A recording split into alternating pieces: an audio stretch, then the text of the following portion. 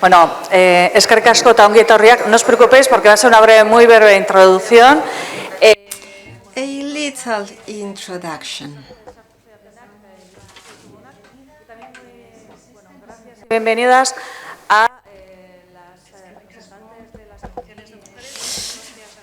Okay, so we are going to be talking about good practices. Here we have many different representatives from the audiovisual activities. Thank you to the different associations here.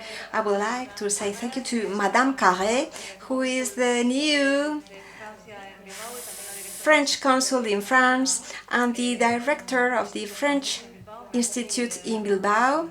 Thank you very much, Miss Carré. And also, I would like to say thank you to San Sebastian Film Festival. Thank you for giving us this opportunity, to deal with this topic within this area of thought and debate. Thank you very much, Amaya.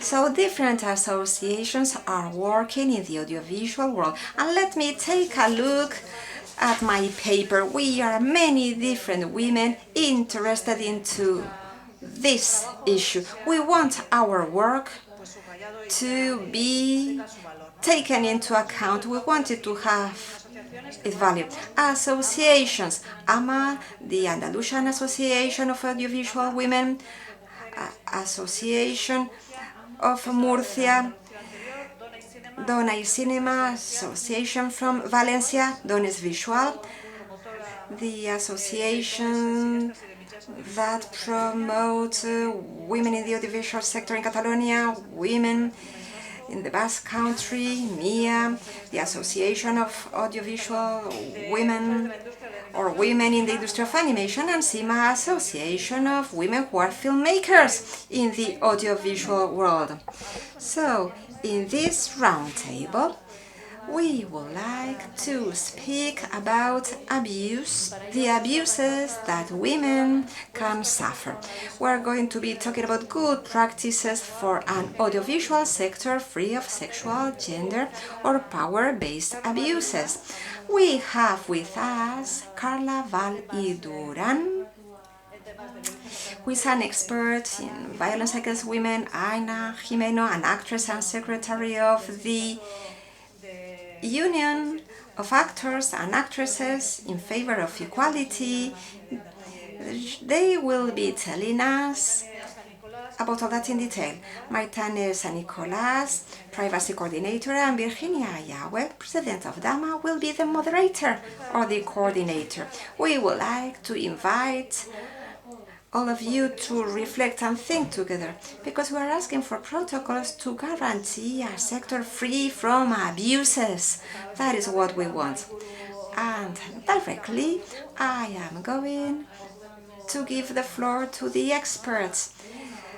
We will be together for 1 hour, and I hope this will be interactive.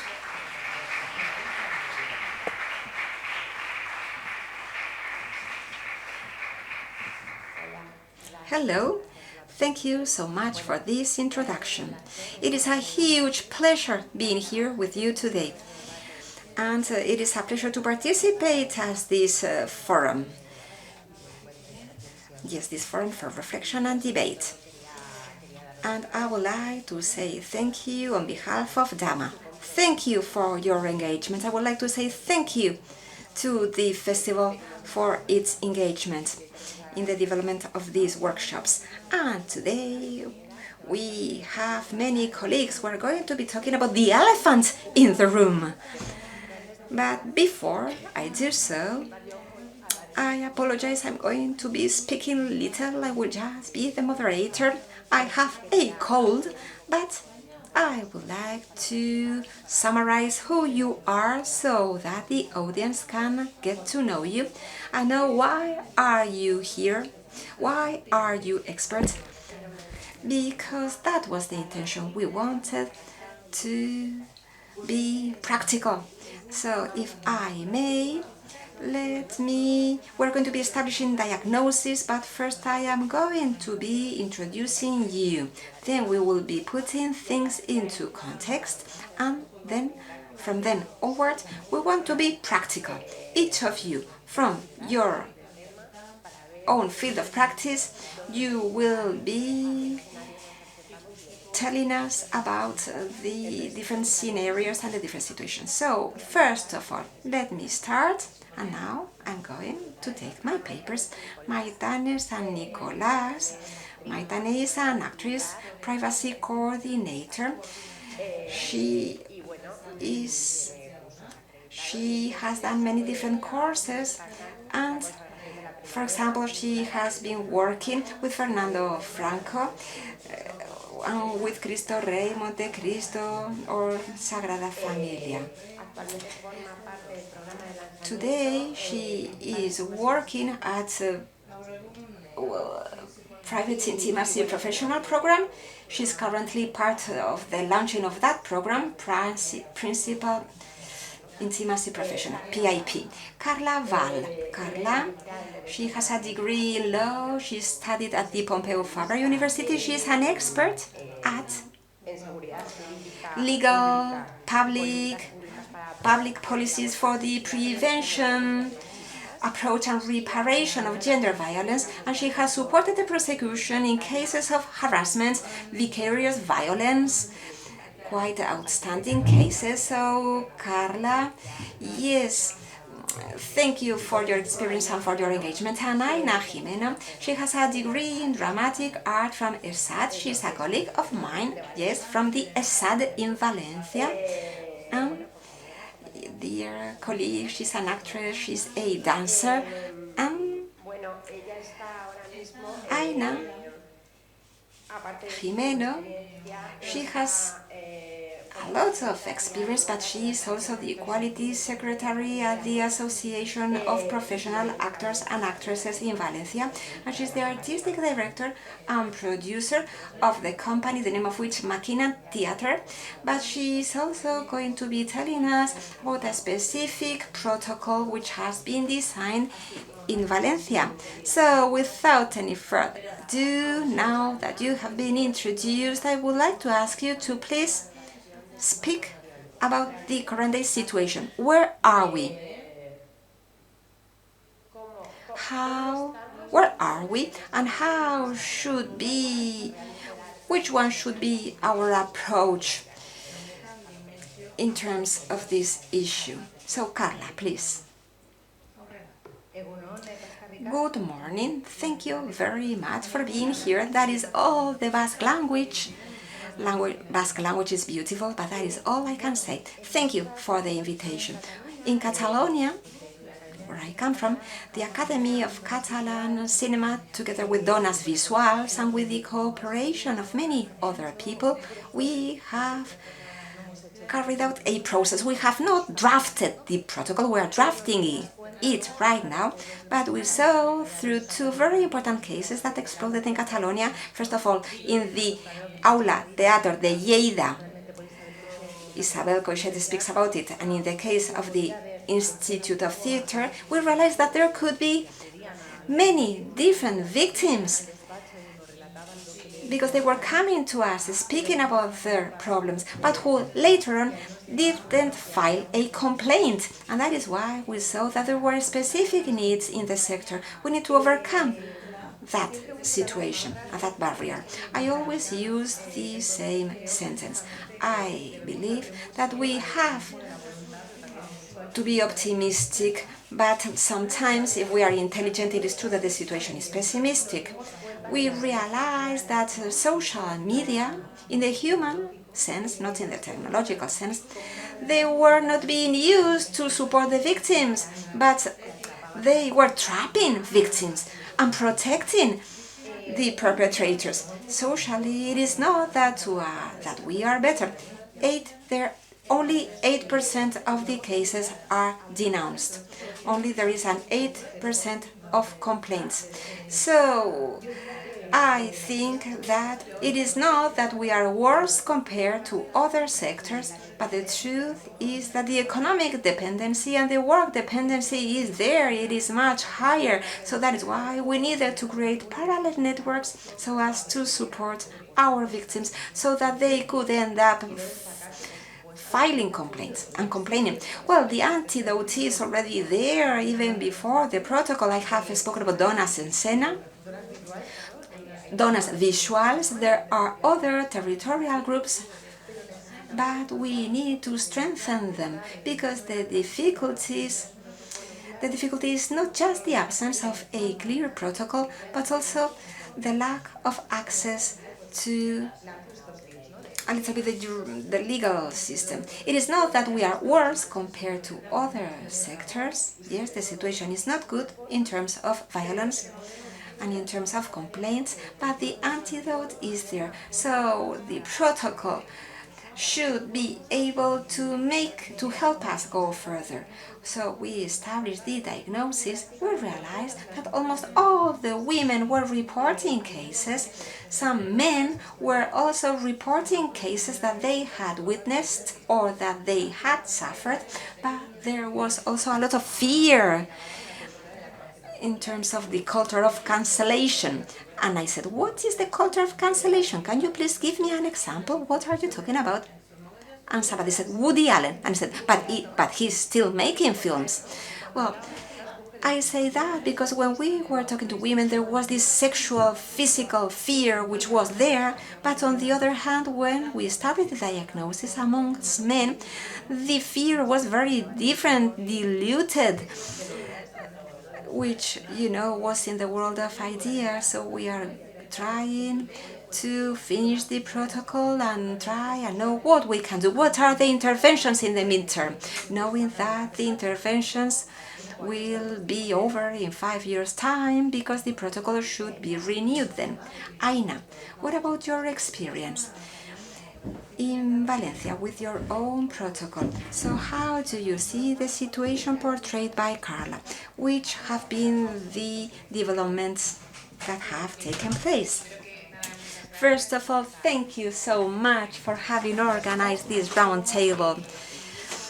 And as Carla was saying, I agree with her, it is true. There is a lot of fear. We know that this is a real problem in the sector and in society as well, but here in the sector we have to add different specificities. Yes, power abuse is there, and it is only evident when we speak about abuse and about harassment.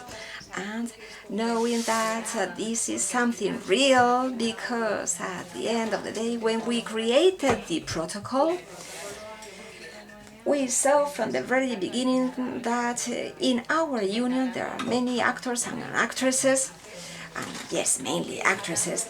We were talking to them and suddenly all of them had suffered some kind of harassment and some examples of abuse, always, all of them. And we said, how is this possible? So we decided to create a protocol, and without even knowing, we said, let's have a protocol. And people said, oh, that is impossible because that is going to be very difficult to do. So we said, okay, so let's work first on the equality report or equality plan. And I belong to the Valencian Association of Performing Arts, and suddenly there was an expert in equality there who said, well, but the protocol is compulsory for all of us, for any company, even if there is just one single worker. And we couldn't believe it. We couldn't believe it, as if we did not know what they were talking about. Compulsory? Yes, since 2007. Really? And then we said, so let's draft it. We need to have one, and we need to agree on that. Because suddenly we were despaired, we didn't know where to start from. And we said, please give us a copy, give us an example. And that was the beginning. And I said to them, okay, so go and talk to the union, reach an agreement with them. And I said, oh, great, all right. So we started working, drafting this protocol. Also, we refer to the Catalonian, to the Catalan references that were already there, or in Valencia there was already also an equality plan. So we asked for their examples and we started working, and we said, oh, that's great, but we still needed nuances. As you were saying, suddenly it is compulsory to have a protocol replying to sex, but well, the law says that we cannot speak about sex but about gender. So there are contradictions within the law, and we decided to go to the most updated examples and to speak about gender because that is what the legal framework specifies. But then we said, but we are missing something here, we need more, so we need to speak about power abuse, because in our sector, unfortunately, that is all over the place. And we decided to include it, thinking, well, maybe it won't be accepted, they won't accept it. But we said, let's try to put it black on white, see how can we define it. So we were working around all that. And in Valencia, it was quite simple. It was quite simple, and all or most of the associations signed the protocol. So we drafted a first copy, maybe they added certain comments and certain specifications, of course, but very quickly the willingness was there. We all wanted to reach an agreement, and that was fascinating because it is always difficult, that there are always so many obstacles to overcome, and suddenly in this case, surprisingly enough, it was simple to reach consensus and to reach an agreement. It is true that the willingness was there. We had the right people were there and they were deeply engaged. Yes, because behind the institutions we need people. We had María Ángeles Fallos, a woman who wanted to change things, to keep on fighting. Then we spoke to the academia. Teresa Ferrial is there as well. Rafa Moles participated at the negotiation as well. A producer who is deeply committed and willing to change things. And then Thima joined us, and suddenly we said, with Sara Massanetti and Giovanna, suddenly we said, people are essential. People are so important. We cannot think about this just as something for me. Yes, it is essential to root it somehow. And it was as if we were saying, okay, where are we? We have a real problem. That was accepted by all of us. And then how do we put it black on white? So the protocol has been essential. What a great development. Suddenly we have tools. We know what to do when something serious has happened, but which are also important in terms of prevention. So that maybe, of course, if there is something serious, we will have to go to court. But as Carla was saying, there are many things which are very difficult to do. You do not want to file a complaint, you are afraid, you do not want to harm anybody, you are afraid of consequences. How are these people around me in my work going to accept it if I denounce or if I report this? Maybe they're going to think, oh, she's oversensitive, she's crazy. Well, that is the reality. And not only talking about actors and actresses, as Giovanna said from Thima, yes, people involved in the whole sector. We are talking about the audiovisual sector, but also about the cultural sector. Technicians, filmmakers, producers, and not only while shooting, but from the pre-production. Yes, in that whole process, there are so many people involved. We are a huge sector, very big. And I always say it, when we are shooting, everything is so intense. There is a lot of intensity. Here we are. We're going to be spending 2 months all together, day and night. We are tired. And things can be misinterpreted. So I think it is essential to have this protocol.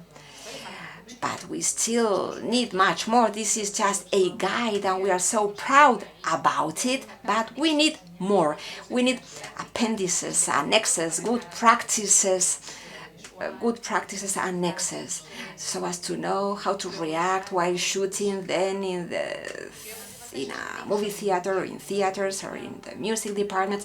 So we need all those annexes, because, okay, the complaints are there. We need to go beyond that 8% of complaints, but we also need to work from the prevention point of view, from the training point of view, so as this just doesn't happen. We cannot end up standardizing this abuse behavior, and I think that we all agree. And for me, that is essential because we can help each other.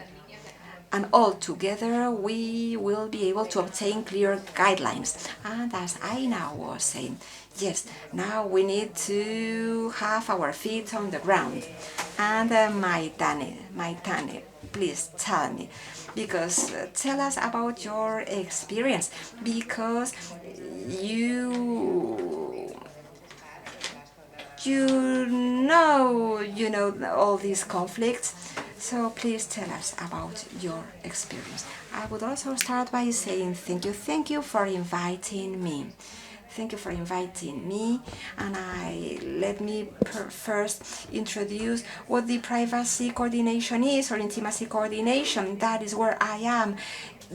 Every day there I am in the shooting set, in contact with actors, actresses. We are there as mediators between actors, actresses, producers and filmmakers, but being there we also see many other dynamics involving also other people. So what do? We manage everything linked to those particular scenes when actors and actresses are going to be feeling more vulnerable, because maybe they're going to be naked, there is sex, or sometimes there are children. So whenever there is a high vulnerability, that is when we intervene, when we are there. And I'm going to be learning so much today, because it's true that, this is something new which is evolving very quickly, and it is in evolution. For example, how to act, should we be acting, when should we be getting involved. I also work there in the shooting set, there, but also beyond. Sometimes when there are power abuse examples, they happen there, but beyond. And we have to be able to detect. We are there to mitigate that power dynamic, so that communication is much more open, honest, so that actresses don't have to say yes when they would like to refuse, or to say no. But it is true that we are never successful at 100%. We are just mediators, and communication is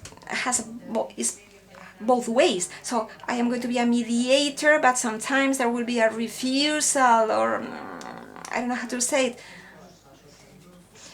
Sometimes we don't feel we're being successful. Sometimes there are certain situations in which I cannot be honest with myself, or that is what they can be feeling, the actors and actresses. I am there on the set, and we are able to detect sometimes if there is an abuse outside this set. But sometimes, and I think that is the most interesting thing, is how to be practical, how to end up filing the complaint. So what can we do using that protocol? And then if somebody wants to know a bit more about what is being done so that there is no abuse on the set, yes, of course, we will try and explain it. Thank you very much, Carla. I would like to comment on what Maitane was saying, because it's the actual challenge. Protocols are action lines that are fine, they're activated, they work. You know that I'm especially concerned about abiding by the law, and then the sanctions associated to the respect of the law. So how can we come up with a mandatory system? I think that this meeting can be a reference, a benchmark, not just for the associations that are already working, intensely working on this debate, but also for all the entities that are associated to our industry and all the different stakeholders that participate in the field. So how can we take a stance? What are the key points here? Virginia, creo que has dado en el clavo, porque aquí la historia es... Okay, so the thing is, and I'm a third party. I mean, I am a consumer in this industry, but thanks to this work I've carried out with the cases I've been involved in, I've been able to know better, to get to know better your field, your sector. The work we've covered can also cover all the domains you mentioned, because thanks to the initiative of Donas Visuals and the need that we have been detecting for a long time, and also a very strong organization with many women joining us, and also the academia is very much committed to the establishment of a protocol. So we've got many different elements here I just mentioned, and we've been working together. Thanks to that work, thanks to these diagnoses with Neus Perez, Laia Obia, and myself, we've been able to coordinate a little bit things, this polyedric approach to things. So we realized that we needed to say, what are we creating? How can we make it watertight? We needed to understand the scope of things, first of all. So as Aina was saying, well, if it is mandatory to have protocols, whenever we have a minimum number of workers, the thing is that that protocol cannot be applied to you, because the law states that we need a protocol. So we need to create this culture that's based on a consensus in our field. So this is not just about us putting a protocol on the table, but rather making a process where no one is left behind, because otherwise the protocol wouldn't be applicable. So you can have very good will, everybody can feel very happy because we have a protocol, we are pioneers, we've made headway here. In fact, we were actually pioneers here, but we would be doing something that wouldn't be applicable. So it would be the opposite of what we wanted to achieve, okay? So it would be counterproductive. So talking to producers, directors, unions, etc., has been essential. We needed to understand what they were ready to do. Because this is not, well, you are guilty and I'm going to point at you. The idea is that among us, we have aggressions, we have abuse, and each individual in the field needs to be able to activate a protocol, even if this finger is pointing at us. So we need to have a possibility to, together with the government of Catalonia, that we have a commitment that this is a framework protocol that will be applied and used in our field, in our sector.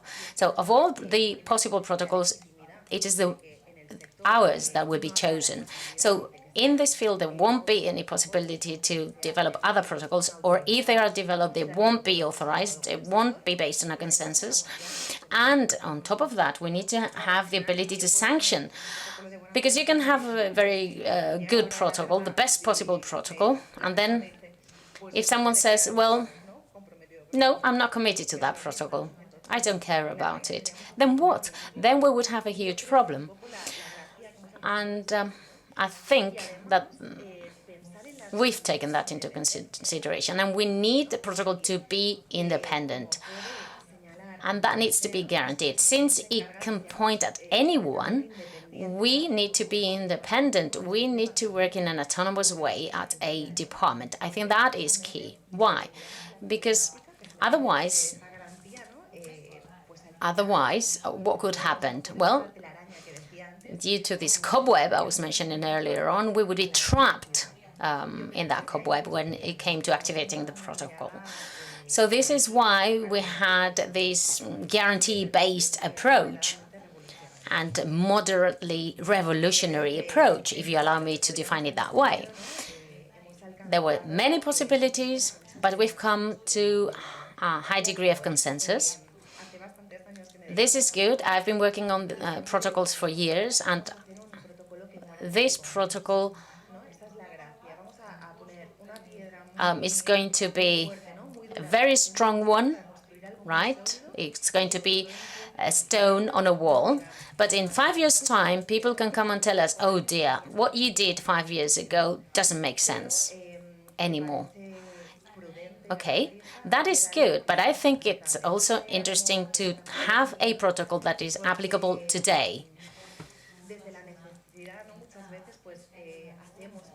Sometimes we tend to make headway fast and take steps very fast, but we took them very slowly, I think.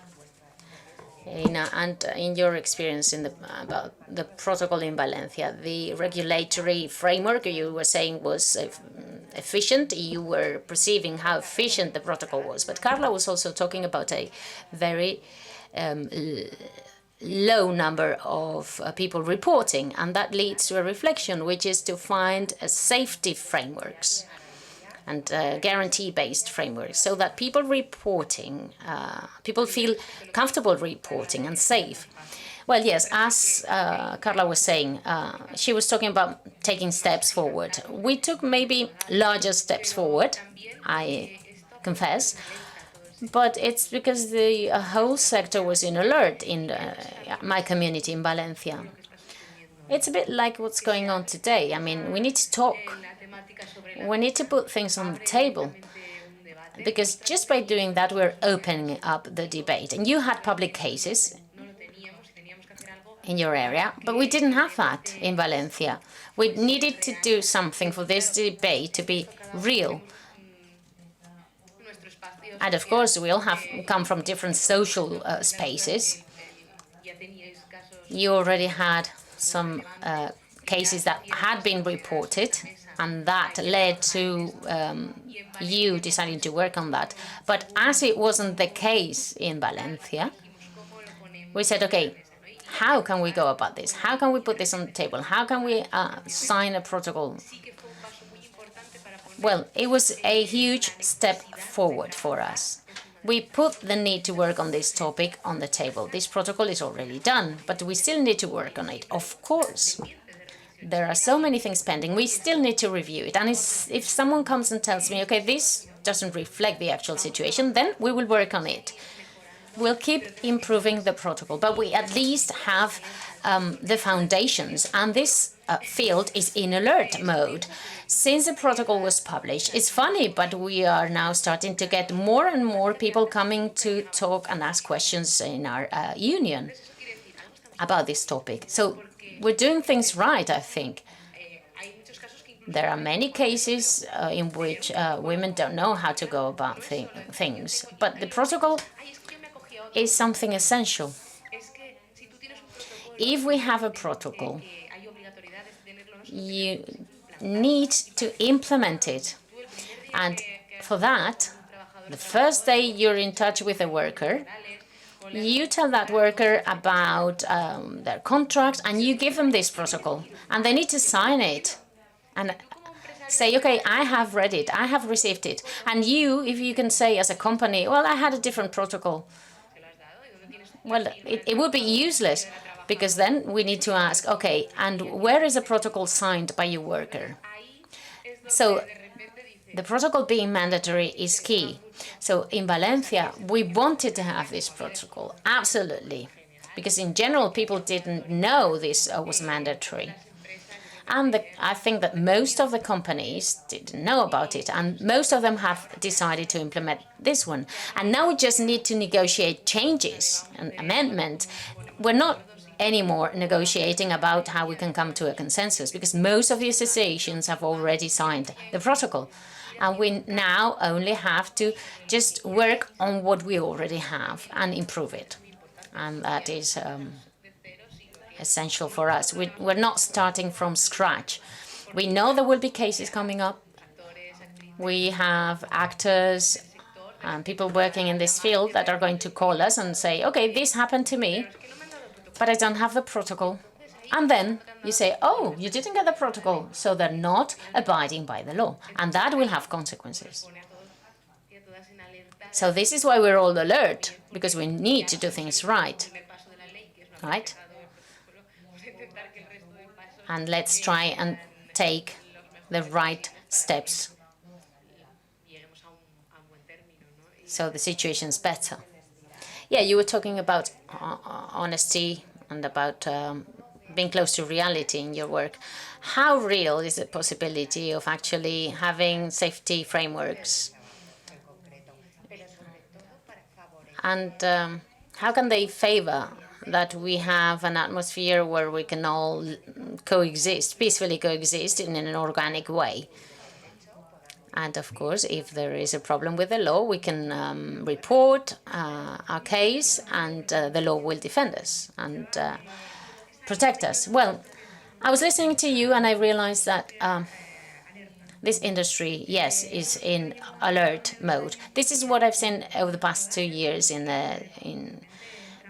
the settings where I see people shooting, and I come there and I feel like a policewoman intruding. And I think there are still many barriers. I think that protocols are fine. This is a good place to talk about it. We have our own protocols. We have our working guidelines about how we should be working on the set where intimacy is respected. We have protocols. We have specific guidelines. The association, we're now all 4 or 5 coordinators of intimacy in Spain have together tried to find a way to train teams, crews, in a language they should be using in their behavior, the way they should behave. So we need some frameworks here. We need a framework, we need some guidelines for everyone, but this leads to tension and rigidity in the teams. People say, okay, I signed the protocol, I've done nothing. People come to me and say, oh, well, why are you here? You're checking if someone is looking or staring at someone else. So there's fear there. People feel tense. And when they say, well, I've done nothing, I've signed the document, I've signed the protocol. When that happens, we're all alert. That's true. The problem here, or the solution here, is not to be alert. The solution is that people are scared. And don't want to use these subtle expressions that happen all the time. Because I see these constantly. They're very subtle sentences and expressions, and I see it everywhere. Because we're talking about power views here. So there are these cracks still there, and that's where we should place our attention. We need to fill in those cracks so that we're not scared of talking. Sí, creo que es muy. I think what you say is very interesting, Maitane. Can I add something? Because I think that your figure is very interesting in prevention, when it comes to prevention, because we have a protocol and this is implemented when something has happened, but the coordinating the intimacy is essential, and your role is perfect for prevention purposes. So that we don't have to implement the protocol when something happens, because nothing happens. You know, in the protocol you have elements of prevention so that cases do not become bigger.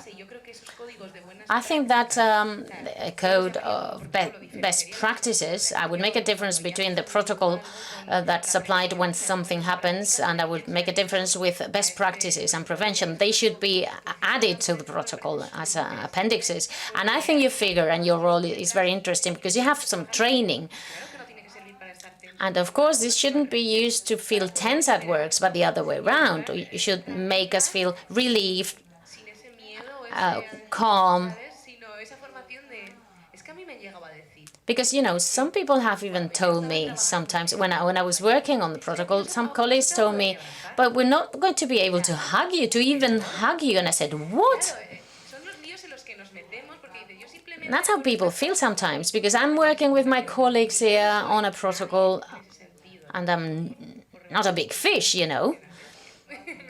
I'm no one important here. I'm an actress, and that's it. And I just wanted to participate in the creation of a protocol to protect our colleagues. And the idea I have in my mind is that I want to feel calm, I want to be relaxed. It has nothing to do with me wanting to be hugged or not. Because abuse doesn't have to do with physical contact, not necessarily. There could be physical contact, but in goodwill.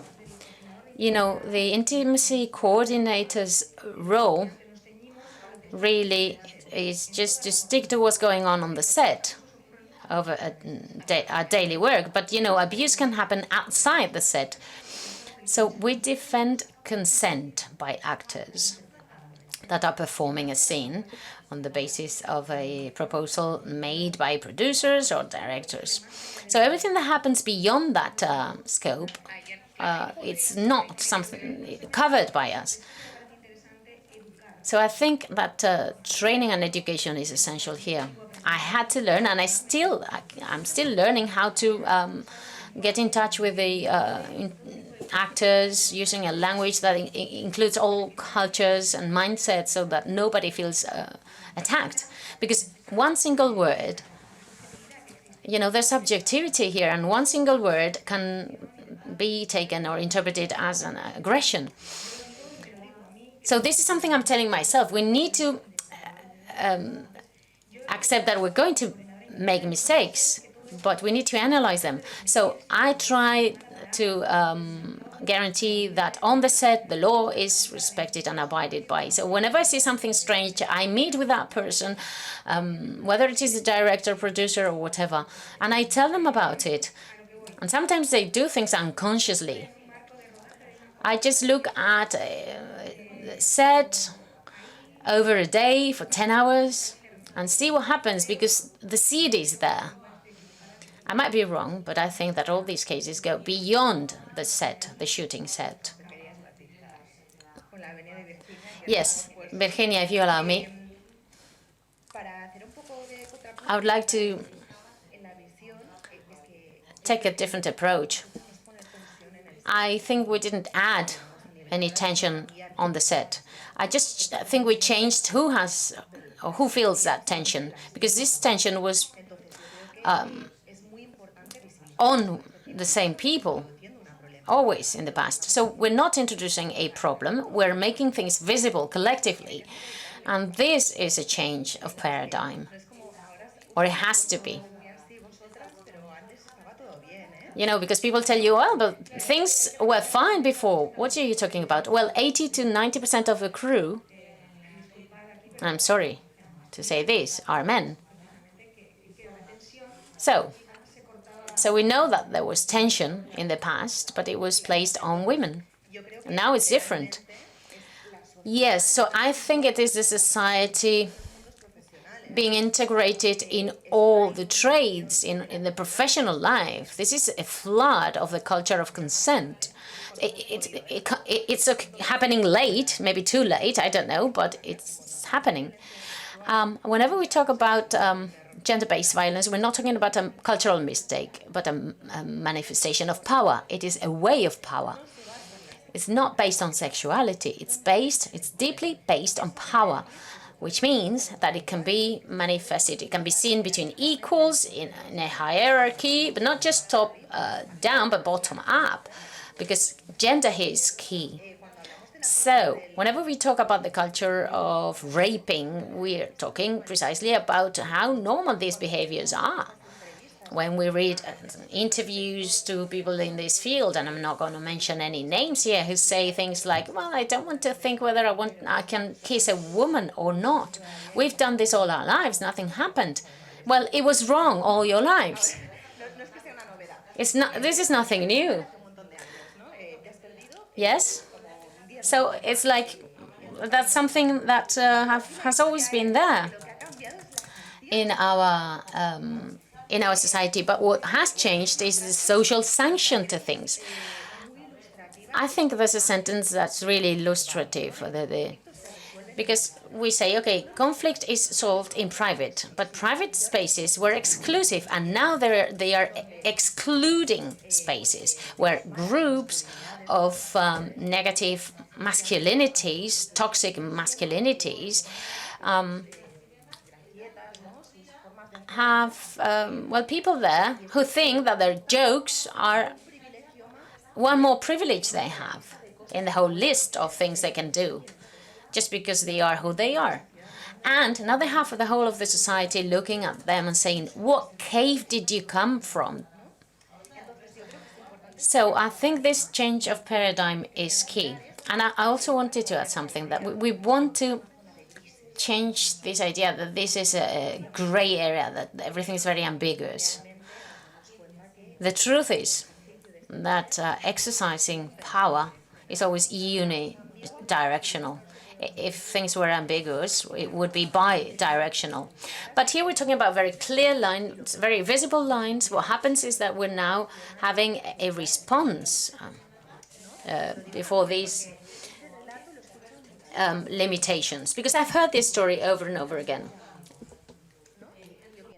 A ver, cuando yo estoy en un juicio. So when I'm on a trial, right, I'm working there, and no judges or solicitors would come to me saying, okay, now we're going to celebrate and I'm going to hug you or kiss you. No one would even think about that. So you can transpose that to a different field, to any other field, really. So if this can be reciprocal, it's fantastic. But if not, it means there's a problem there. Things need to be changed. So we need to change this idea that women need to be less protected than men. This cannot be so. Donde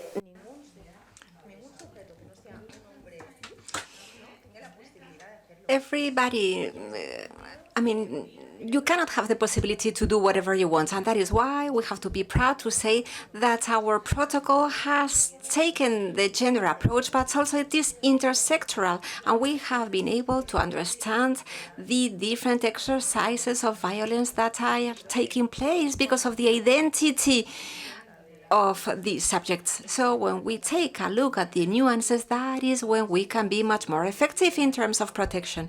Let me open up the forum for debate, for your questions. We would be so pleased if, based on this reflection on our debate, if we could reach an engagement. I mean, we would be so happy if we could reach that, joining hands in the industry to say, we are not going to be tolerant. Tolerant zero. This is the way ahead. And I think that that is what we should be doing. For example, if we were able to meet in Malaga, I think that we should see if we are moving forward or not. Let me say something, Virginia.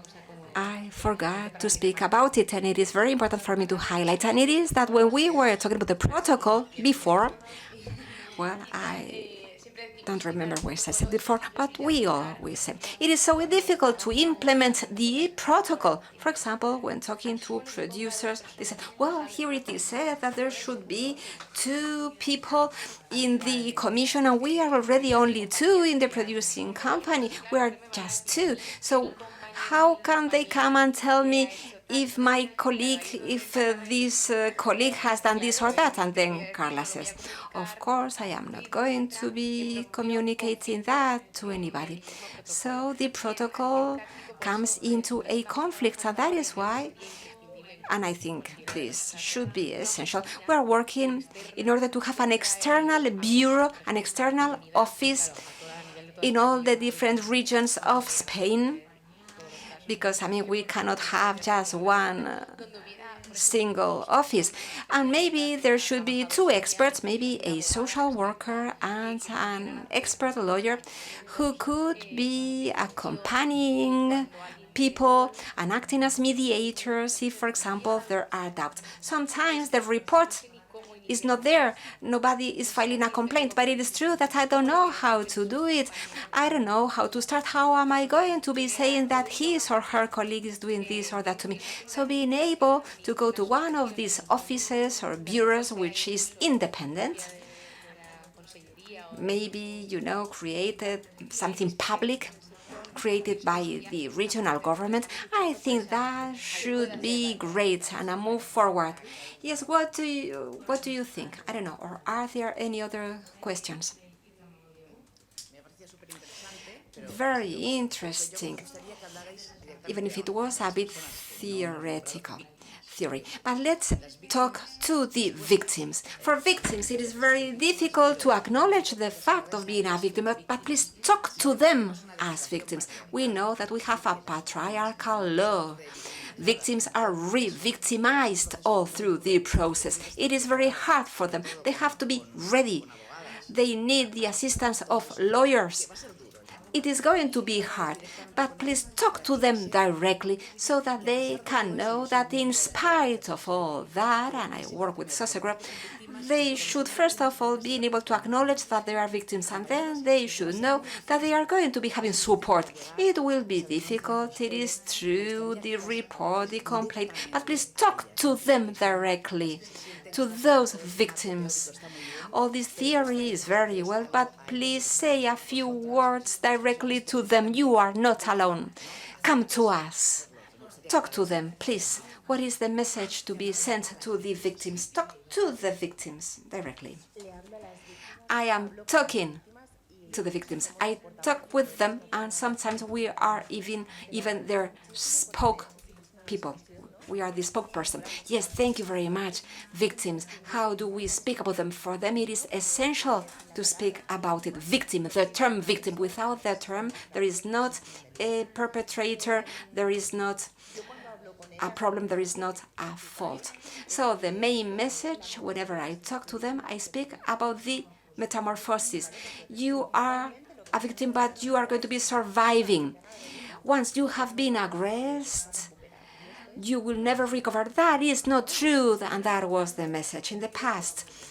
And I think that in this sector, we have the duty, we have to show different representations of victimization, because if we really think about everything that we have been able to learn from the cultural point of view, it is true that representations have always been very extreme when we speak about sex. And if you don't fit in exactly within that, maybe you can start wondering, well, maybe this is not sexual abuse, but all this discomfort, where does it come from? And this is highly important.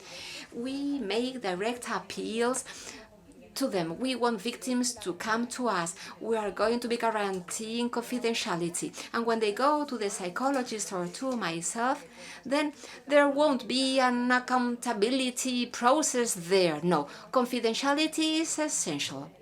And we won't be going further if it is not necessary. But we need to launch that message. Yes, we are with you, with the victims. The antidote is there. Sisterhood networks are there. Sisterhood is essential to support and help each other. And so let's see what happens. Let's see what happens. Because it is true that we have, certain far-right people or political parties there, but let's see what happens. At the end of the day, we want to be with the victims. Victims are the right holders, the essential key part of this whole process, and we have to be positive when speaking about recovery. I would like to tell them that they are not alone, they are not by themselves. For example, this project was born because almost all the actresses I know, they have suffered abuse or harassment at a specific moment in their life. All of them. And none of them felt as a victim. So this has been a whole process, and we had to realize that almost all of us, all the actresses that I know, almost all the women, all the women have, at a certain point, been victims of one of these situations. Almost all of us. Maybe 90% of you women sitting there, you have suffered one of these abuses. And it is hard for us to accept. It is hard for us to feel and to consider ourselves as victims, because we think that is going to be putting us in a situation in which people think that we are weak, or that we cannot work any longer, that we are not going to be able to be a good actress, or they are going to think, oh, what a trauma, she's traumatized. because of what happened, and they won't be able to work any longer.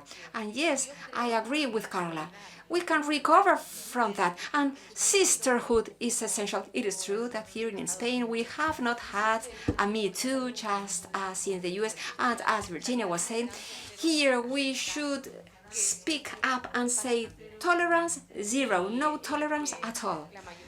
Let's speak up. Most of us have suffered from one of these situations, and we need to identify the right mechanisms so that younger people do not have to suffer from this. We are not alone. It is true that it is difficult to report because we say, oh, they are not going to take this seriously. No, this is not just your problem. It is our problem, and sisterhood is essential there. Sorority is essential. Let me tell you something. It is true that we have been trained by the Anglo-Saxon, with the Anglo-Saxon perspective. It is true that suddenly introducing this into our culture is difficult because we hug each other in this country all the time. It is as if it was only necessary and essential to hug each other. And I say that because sometimes victims do not acknowledge in their own body that they are being harassed or abused, because we are just talking about hugging each other, and that is something that we do all the time here in Spain. So let me try and be clear. What do I mean? Hugging. I am not somebody who enjoys hugging people, maybe because I am Basque, I'm from Bilbao, well, and I use that as an excuse. No, it's an excuse. Maitane, I don't like to be there hugging people, and I don't like to be hugged. So we, each of us, have to carry out our own learning, being able to say, no, I don't want to be hugged.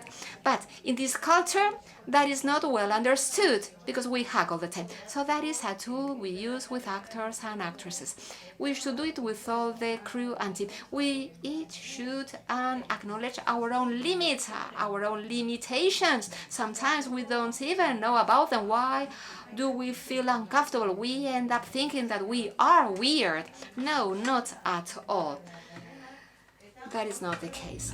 Let's acknowledge that. So